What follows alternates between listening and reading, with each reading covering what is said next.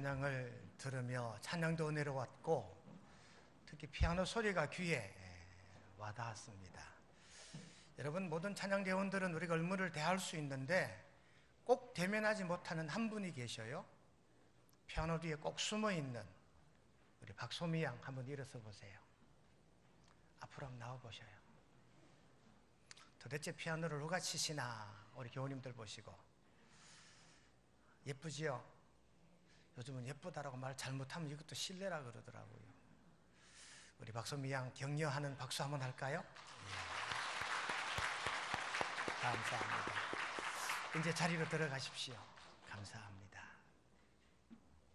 너는 마음을 다하고 뜻을 다하고 힘을 다하여 내 하나님 여호와를 사랑하라. 이게 오늘 설교의 요절이고, 이번 한 주간 우리 교우님들이 100번 외우지 말고 100번 입으로 엎조리는 그러한 말씀입니다. 오늘 설교 명제는 하나님을 사랑하는 것이 이웃을 사랑하는 것이다. 이웃을 사랑하는 것이 곧 하나님을 사랑하는 것이다. 이것이 설교 명제입니다. 심리학을 공부한 사람은 에리 프롬이라는 사람을 꼭 알고 가야 돼요. 에리 프롬을 모르면 심리학을 모르는 사람입니다. 독일 프랑크푸르트에서 태어난 이 에릭 프롬이라는 이 교수는 사회학, 철학, 심리학을 공부한 학자예요. 독일 프랑크푸르트 대학교에서 교수 일을 하다가 미국으로 스카웃이 돼가요. 하여 미국의 예일 대학, 미시간 대학, 마지막에는 뉴욕 대학에서 은퇴를 해요. 이 에릭 프롬의 책 The Art of Loving이라는 책이 있어요. 영어대로 해석하면 사랑의 예술. 이 책이 Art of Loving이 우리나라 말로는 사랑의 기술이라고 번역이 된 책이 있어요. 저는 신학대학 2학년 때 읽었는데요. 이 예술, 사랑의 예술 혹은 사랑의 기술, 첫 번째 사랑의 기술이 뭐냐? 관심이래요. 관심. 여러분, 사랑이 삭트면 관심부터 가게 돼요. 어디 사시는 분일까? 어떤 일을 하시는 분일까? 몇 시쯤 이곳을 지나갈까? 관심이에요. 관심. 그래서 여러분, 사랑은 관심이다. 예수님이 곧 그러하셨거든요. 예수님이 인류를 사랑하시고 이웃을 사랑하시는데 관심을 가지신 거예요. 헐벗고 굶주리고 가난한 자에 대한 예수님의 관심, 그것이 사랑이었다는 것입니다. 에릭 프롬이 말하는 두 번째 사랑이 뭐냐? 존경하는 거다. 사랑하면 높여주는 거예요. 귀하게 여기는 것이 사랑인 줄로 믿습니다. 에릭 프롬이 말한 이 존중, 존귀하게 여기는 것이 사랑이다. 예수님이 그러셨지요. 남들은 천하게 여기는데 남들은 아무렇게나 천대하는데 하대하는데 예수님은 귀하게 여기시는 거지. 에릭 프롬이 말한 세 번째 사랑은 뭐냐? 이해하는 거다. 이해해 주는 거예요. 내가 사랑하는 사람은 어떤 실수가 있어도 이해가 돼요. 심지어 가늠하다 현장에서 잡힌 여인까지도 예수님은 이해하십니다. 그러며 그 여인을 돌로 치려 하는 자들에게 죄 없는 자거든 돌로 치라 그러시지요. 이게 사랑의 이해입니다. 여러분, 우리도 마찬가지.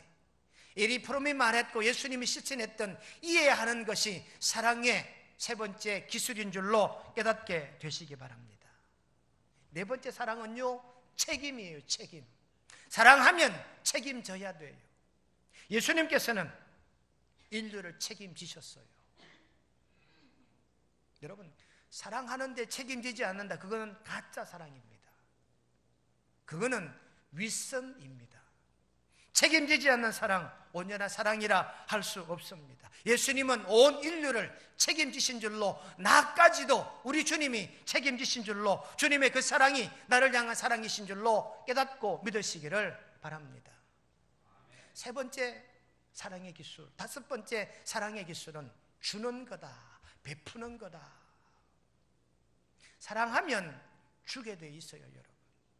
예수님은 생명까지, 하나뿐인 생명까지 나 위에, 인류 위에 주신 주님의 사랑이 바로 나를 향한 주님의 사랑인 줄로 깨닫게 되시기를 간절히 바랍니다. 그러니 에리 프롬의 이 아트 오브 사랑, 아트 오브 러빙이란 이 의미가요, 사랑의 기술, 이 모든 기술은 누구의 기술입니까? 예수님이 이미 우리들에게 가르쳐 주신 사랑의 5가지 기술인 줄로 깨달아 들으시기를 간절히 바랍니다. 예수님께서는 십자가 고난을 당하기 직전에 제자들에게 말씀하십니다. 요한복음 13장 34절에 보니까 새 계명을 너희에게 주노니 서로 사랑하라. 내가 너희를 사랑한 같이 너희도 서로 사랑하라 그랬어요. 여러분, 사랑, 큰 사랑이 있습니다. 생명을 드리는 사랑이에요. 그것만 사랑이 아닙니다. 작은 사랑도 사랑이에요.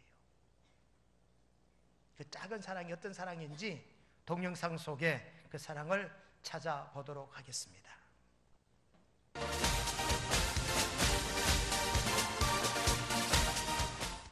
매튜 리젠데스는 용돈을 벌기 위해 버거킹에서 아르바이트를 하고 있었습니다. 어느 날 한 남자가 가게에 들어왔는데요. 남자는 지저분한 모습이었고 손님과 점원 중에는 차가운 시선으로 보는 사람도 있었습니다. 아마 노숙자인 것 같았습니다. 하지만 남자는 돈을 구걸하기 위해 온 건 아니었습니다. 손님으로서 그 패스트푸드 레스토랑에 들어온 건데요. 그 남자는 매튜가 있는 카운터로 왔습니다. 매튜는 웃는 얼굴로 친절하게 그를 대했습니다. 그러자 그는 손안에 쥐고 있던 동전 몇 개를 매튜에게 보여줬어요. 돈이 이 정도 있어요. 뭘 살 수 있습니까? 그 동전은 전부 합쳐도 50센트, 약 500원 정도였습니다. 제일 싼 메뉴도 도저히 살 수 없었는데요. 돈이 없는 손님에 대해 점원은 가게에서 나가라고 말할 권리가 있습니다. 하지만 매튜는 이 배고픈 남자를 쫓아낼 수가 없었어요. 이 메뉴 중 아무거나 먹을 수 있다면 뭘 먹고 싶으세요? 배가 고파서 뭐라도 좋아요 라고 남자는 대답했습니다. 매튜는 푸짐한 메뉴를 고르고 자신의 신용카드를 주머니에서 꺼내 요금을 결제했는데요. 이 영수증을 가지고 자리에 앉아서 기다려주세요 라며 웃는 얼굴로 말하고 완성된 햄버거를 남자의 자리로 가져갔습니다. 뿐만 아니라 이 남자가 불편해하지 않도록 잠시 함께 자리에 앉아 대화를 나눴는데요. 매튜에게 그건 특별한 행동도 무엇도 아니었습니다. 어려서부터 어머니에게 사회적 신분에 관계없이 모든 사람들에게 경의를 갖고 대하라고 가르침을 받았는데요. 어려운 사람들에 대해 자신이 쉽게 할 수 있는 도움을 준 것이죠. 이 사건을 보고 있던 한 여자 고객은 매튜의 행동에 감명을 받았습니다. 그녀는 매튜에게 10만원의 고액의 팁을 줬는데요. 매튜는 놀랐지만 감사히 받고 그리고 그 돈으로 또 힘들어하는 사람을 도와줄 수 있겠다고 말했습니다. 그런데 이 여자의 행동은 거기서 끝나지 않았어요. 그녀는 버거킹 본사에 메일을 쓴 것인데요. 마음씨 좋은 종업원이 있는 것, 회사로서 자랑스럽게 생각해야 한다는 것을 본사 임원들에게 알린 것입니다. 이 스토리를 인터넷에 올린 것은 매튜의 어머니였는데요. 저는 아들을 정말 자랑스럽게 생각합니다 라고 쓰기 시작한 글에는 이 사건의 자초지종을 소개하는 것과 동시에 아들의 행동을 인정해준 여자분에 대한 감사의 마음이 쓰여져 있었습니다. 그리고 자신의 아이를 잘못 키우지 않았음을 기뻐하며 이런 착한 아들을 키울 수 있어 행복하다고 쓰여 있었습니다. 이 내용은 순식간에 온 세상에 퍼져 매튜는 갑자기 유명인이 되었는데요. 이 고등학생은 유명해지고 싶은 것도 팁을 갖고 싶었던 것도 아니었습니다. 할 수 있는 일을 했을 뿐이라고 합니다. 그 작은 친절이 고독한 노숙자 남자의 배뿐만 아니라 마음도 채워졌습니다. 아르바이트생인 고등학생이 이와 같은 일을 하면 직장에 따라서는 어쩌면 상사로부터 책망을 받을지도 모릅니다. 규칙에 따르는 것, 제멋대로의 행동은 하지 않는 것이 중요시되는 문화에서는 좀처럼 이러한 행동력은 몸에 익지 않을 수 있는데요. 규칙에 얽매이지 않고 본질을 꿰뚫어보며 친절한 행동을 할 수 있는 사회로 만들고 싶습니다. 매튜라는 고등학생입니다. 노숙자가 500원 50센트를 가지고 왔어요. 미국 햄버거는 4달러 50센트, 5달러, 한 5,000원, 5,500원 정도 합니다. 500원으로는 먹을 수 없는 햄버거입니다. 매튜라는 학생은 자기 카드를 꺼내서 이 노숙자에게 4,000원 혹은 5,000원 정도 기부를 한 거예요. 사랑을 베푼 거지요. 이것이 보도가 되고 이 귀담이 오늘 우리 귀에까지 귀담으로 전해지게 됩니다. 여러분, 우리가 베푸는 사랑 이런 겁니다. 큰 것 아닙니다. 작은 것, 그 작은 섬김이 하나님을 섬기는 거요, 그 작은 사랑이 하나님을 사랑하는 것이 되는 줄로 깨닫고 믿으시기를 바랍니다. 요한 1서 4장 8절에 보니까 하나님은 사랑이심이라 그랬어요. 사랑, 그 사랑의 본체가 하나님이시고 그 사랑의 본질이 하나님이시고 하나님이 곧 사랑이신 줄로 믿고 우리가 하나님을 사랑하니 우리의 본질도 사랑이 되어야 되는 줄로 깨닫게 되시기를 간절히 바랍니다. 마태복음 22장 37절로 39절 말씀해 보시면 하나님을 사랑하라 그랬고요, 두 번째는 내 이웃을 내 자신과 같이 사랑하라 그랬습니다. 어떤 서기관이 예수님을 찾아봤습니다. 찾아와서 묻는 질문이 있습니다. 여러 가지 계명이 있는데 613가지 율법이 있는데 이 율법 중에 최고 율법이 뭡니까? 라고 물었지요. 그랬더니 예수님께서 두 가지 가르칩니다. 하나님을 사랑하는 것이고 또 다른 이웃을 사랑하는 것이다. 여러분, 613가지 사랑의 제1원칙, 이 613가지 율법의 제1원칙이 사랑인 줄로 깨닫고 들으시기를 간절히 바랍니다. 그러니 여러분, 사랑하면 모든 계명은 다 이루어져요. 사랑하면 모든 율법을 완성할 수 있게 될 줄로 믿습니다. 그러니 모든 율법의 시작은 사랑입니다. 모든 율법의 완성도 사랑입니다. 모든 계명의 완성도 사랑인 줄로 깨닫게 되시기를 바랍니다. 예수님께서 이런 교훈을 하십니다. 하나님을 사랑하노라 하고 형제를 미워하는 것은 거짓말하는 자다. 눈에 보이지 않는 하나님을 사랑한다 하면서 어찌 내 눈에 보이는 형제는 사랑하지 못하느냐. 하나님을 사랑하는 자 또한 그 형제를 사랑할지니라, 그렇게 기록하고 있습니다. 그러니 여러분, 하나님 사랑합니다라고 고백하거들랑 내 이웃을 작게나마 사랑하는 저와 여러분 꼭 되시기를 바랍니다. 사도 바울이 고린도전서 13장에 보시면 믿음, 소망, 사랑, 이 세 가지는 항상 있을 것인데 그 중에 제일은 사랑이라. 왜 그랬을까요? 고린도 교회가 어떤 교회였기에 믿음으로 싸운 교회거든요. 내가 잘 믿는다, 네가 잘 믿는다, 이거로 싸운 교회가 고린도 교회거든요. 그러니 믿음 가지고 싸우지 마라. 제일은 사랑이란다. 여러분, 사랑하면 분쟁도, 사랑하면 싸움도 그치게 되는 줄로 믿으시기를 간절히 바랍니다.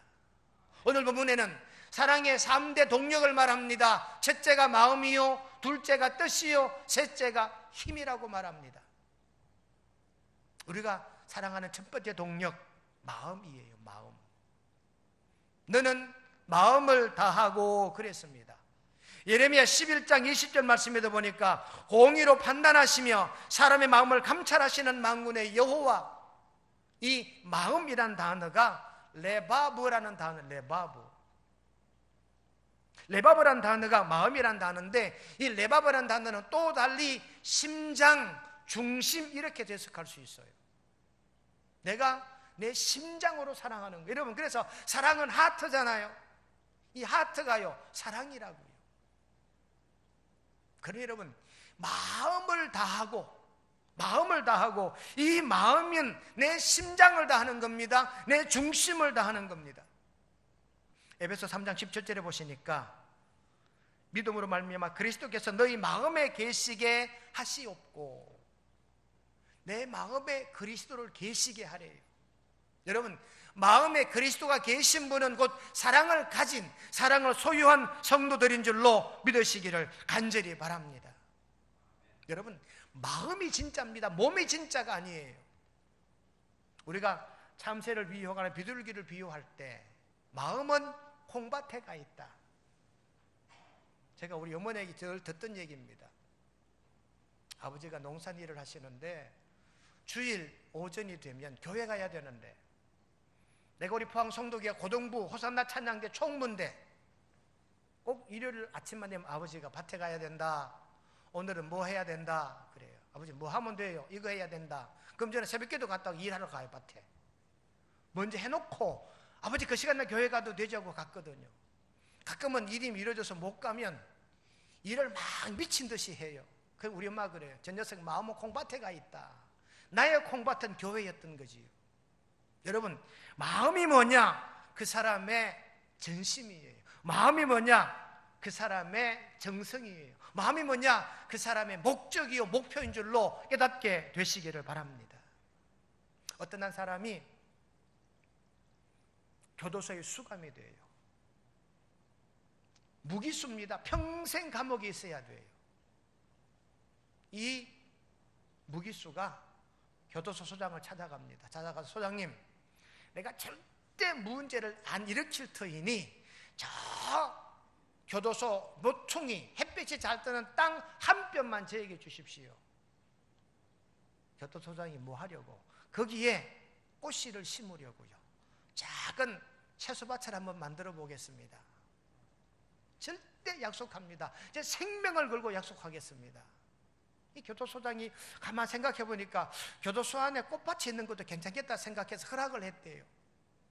그랬더니 어디서 구했는지 그 화단에다가 꽃을 심고 그 화단에다가 때로는 채소를 심어요. 그런데 이 교도소 안에 놀라운 변화가 일어나기 시작합니다. 지금까지 삭막했던 그 교도소 귀퉁이에 꽃이 피고 열매 맺는 채소들이 있으니까 교도소에 이 모든 수감된 이 죄수들이 이 꽃밭을 스승이기 시작하고 급기야 다가와서 꽃에다 코를 대고 향기를 검색하기 시작합니다.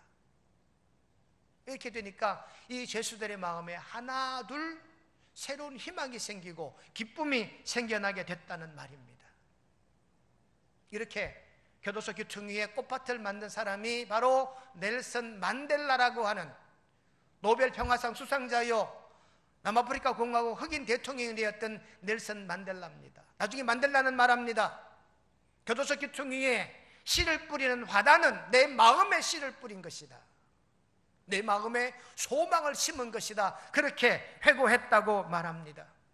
여러분, 하나님을 사랑하고 이웃을 사랑하는데 내 마음으로 온정성으로 사랑을 실행하는 저와 여러분 꼭 되시기를 주님의 이름으로 축원드립니다. 어떤 젊은이가 사랑이 뭔지 아나? 뭔데? 깨자마자 생각나는 거. 여러분, 사랑하면 마음 가득 채워지는 것이 사랑인 줄로 깨닫게 되시기를 주님의 이름으로 축원합니다. 사랑하면은요 조금만 틈나면 이 마음에 가득 채워져 있어요. 잠들기 전에도 마음에 가득, 잠자리 일어나자마자 또 생각나는 게 사랑이란 말이지. 그러니 여러분, 오늘 성경 말씀 그대로입니다. 하나님을 사랑하되 마음을 다하고 내 이웃을 사랑하되 마음을 다하여 사랑하는 저와 여러분 꼭 되시기를 주님의 이름으로 축원드립니다. 두 번째 사랑의 동력은 뜻이래요. 뜻. 오늘 성경 말씀 5절에 보니까 뜻을 다하고, 누가복음 10장 27절에는 똑같은 말씀이 있습니다. 내 마음을 다하며 목숨을 다하며 힘을 다하며 뜻을 다하여 라고 말합니다. 이 뜻이란 단어가요 나파시란 말입니다. 나파시, 네피시, 나파시 비슷한 단어예요. 이 네피시라는 말은 창세기 2장에 나옵니다. 하나님이 흙으로 사람을 지으시고 그 코에 나파시, 네피시를 불어넣으셨대요. 생기란 말입니다. 생명이란 말입니다. 호흡이란 말입니다. 오늘 성경 말씀에는 뜻이라 말하지만 전에 있던 개역 개정 성경에는 성품이라고 씁니다. 누가복음 10장 27절에는 목숨이라고 쓰고 있습니다. 이게 나파시, 네피시, 목숨을 다하고 뜻이란 생명을 다한다는 뜻이에요. 그러니 여러분, 성품이란 이 의미 속에도 이런 뜻이 담겨 있는 줄로 깨달아 들으시기를 바랍니다. 사랑의 뜻. 미국 캔사스 어느 농촌에 어떤 소년 하나가 자기 마을 입구에 있는 나환자들을 긍휼히 여기기 시작했어요. 자기 동네 입구에 나환자들이 모여 산다는 말이지. 이 소년이 그 사람들을 불쌍히 여깁니다. 그리고 돈을 모으기 시작해요. 돈만 주면, 용돈만 주면 부지런히 통에다 갖다 모으는 겁니다. 그래서 간혹 삼촌들이나 일가 친지들이 와서 너 뭐 하려고 그러느냐 물어보니까 우리 마을 입구에 저 나환자들을 도우려고, 돈을 모으면 나는 저분들을 도울 겁니다 라고 말하는 거예요. 그러니까 집안에 어른들이 오시면 용돈을 더 주는 거지요. 그걸 부지런히 모았습니다. 그것으로는 나환자를 도울 수가 없어요. 이 농촌 마을에 이 소년이요, 그 모아진 돈으로 돼지를 샀대요. 내가 돼지를 사서 길른 다음에 키운 다음에 이 돼지를 팔아서 그 판돈으로 저 나환자를 돕겠다는 거지요. 이 소문이 자기 친구들에게 알려집니다. 그래서 자기 친구들도 동전을 모으기 시작해요. 캔사스 근처에 있는 농촌 마을들에 이 소식이 퍼지니까 멀리 있는 사람도 동전을 자꾸 모으는데, 어떤 통, 돼지처럼 생긴 통에다가 동전을 모아요. 여기 모아진 동전은 돼지 사는데 보태는 거는. 그래서 여러분, 돼지 저금통이 그래서 생겨난 거랍니다. 그냥 돼지 모양의 돈 모으려고 하는 게 아니라, 캔사스의 어떤 농촌 시골에 이 소년 하나가 여기 모아진 돈으로 돼지를 사서 나환자를 돕기 위해 했다는 뜻이 돼지저금통에 담겨 있었다는 것이지요. 여러분, 돼지저금통의 뜻은 이웃을 돕는 뜻입니다. 돼지저금통의 뜻은 이웃을 사랑하는 뜻인 줄로 깨달아 내 이웃을 사랑하되 뜻을 다하고 성품을 다하고 때로는 생명을, 목숨을 다하여 이웃을 사랑하는 저와 여러분 되시기를 주님의 이름으로 축원드립니다. 마지막 세 번째 사랑의 동력은 힘입니다. 힘. 오늘 성경에 힘을 다하여 그랬지요. 사무엘하 6장 14절에는 다윗이 여호와 앞에서 힘을 다하여라고 말합니다. 마가복음 14장 8절 말씀에 예수님께서 베다니 나병 환자 시몬의 집에 식사하실 때에 한 여자 마리아가 힘을 다하여 모은 향유를 예수님의 장례식을 위해 준비했습니다. 그러니 다윗도 힘을 다하여, 이 마리아도 힘을 다하여, 우리의 사랑하는 방법도 오늘 성경에 보니까 힘을 다하여 하나님 여호와를 사랑하라, 힘을 다하여 이웃을 사랑하라 하신 줄로 깨닫게 되시기를 간절히 바랍니다. 여러분, 우리 힘은 써야 자꾸 나와요. 힘은 쓰지 않으면 점점 힘이 퇴보돼요. 우리가 겨울이 되면 운동을 좀 게을리 하지요. 봄, 여름, 가을까지는 제가 인라인을 열심히 타요. 그러면 다리 근력이나 종아리나 이게 탱탱한데요. 연말이 되고 교회일이 바빠지고 추워서 게을러지면 운동을 하지 아니하니까 점점 근육이 자꾸 소멸되는 것 같아요. 힘은 써야 돼요. 여러분, 펭귄 아시죠? 펭귄은 원래 날아다니는 날짐승이었답니다. 날개로 헤엄치는 도구가 아니었대요. 이 펭귄이요, 날아와서 얼음 위에 앉아보니까 싱싱한 생선들이 얼음 위에 올라와 죽었는데 이게 자연적으로 냉동이 되어 있잖아요. 그러니 먹기에 좋은 거예요. 더 이상 날아다닐 필요가 없었다는 거지. 이 펭귄이 날개를 사용하지 않았대요. 언제부턴가. 그러니 날개가 점점 퇴보되어서 이제는 날래야 날 수가 없는 날개가 된 거지요. 고작 한다는 것은 헤엄칠 때 사용하는 도구밖에 되지 않았다는 얘기입니다. 날개를 사용하지 않았더니 퇴보된 거예요. 여러분, 힘을 다하라고 오늘 성경은 말씀합니다. 하나님을 사랑하는데 내 힘을 다하고 이웃을 사랑하는데 힘을 다하는 저와 여러분 꼭 되시기를 간절히 바랍니다. 하나님을 사랑하되 힘을 다하여 라오디게아 교회 같지 않게, 라오디게아 교회는 힘을 다하지 않았어요. 적당하게. 에베소 저자는 말합니다. 하나님을 사랑하되 두 마음을 품지 말고 한 마음으로 하나님을 사랑하래요. 마음을 한 곳으로 모으고 힘을 한 곳으로 모아라 하는 이런 의미의 말씀인 줄로 믿습니다. 오늘 말씀의 결론입니다. 너는 마음을 다하고 뜻을 다하고 힘을 다하여 내 하나님 여호와를 사랑하라. 하나님을 사랑하는 것이 이웃을 사랑하는 것이요, 이웃을 사랑하는 것이 하나님을 사랑하는 것이니 저와 여러분들이 작은아마 이웃을 사랑하되 힘과 뜻과 마음을 다하여 이웃을 사랑하고 하나님을 동시에 사랑하는 명성의 온 권속들이 꼭 되시기를 주님의 이름으로 축원드립니다. 거룩하신 하나님 우리 아버지, 여호와를 사랑하라 하심을 믿습니다. 마음을 다하고 뜻을 다하고 힘을 다하여 하나님을 사랑하고 이웃을 사랑하기 원합니다. 하나님 사랑이 이웃이 사랑이요, 이웃 사랑이 하나님 사랑이심을 믿사오니 저희들 마음과 뜻과 힘을 다하여 하나님 사랑과 이웃 사랑을 동시에 이루어가는 구미명성교회 되게 도와주시옵기를 예수님의 이름으로 기도드리옵나이다. 아멘.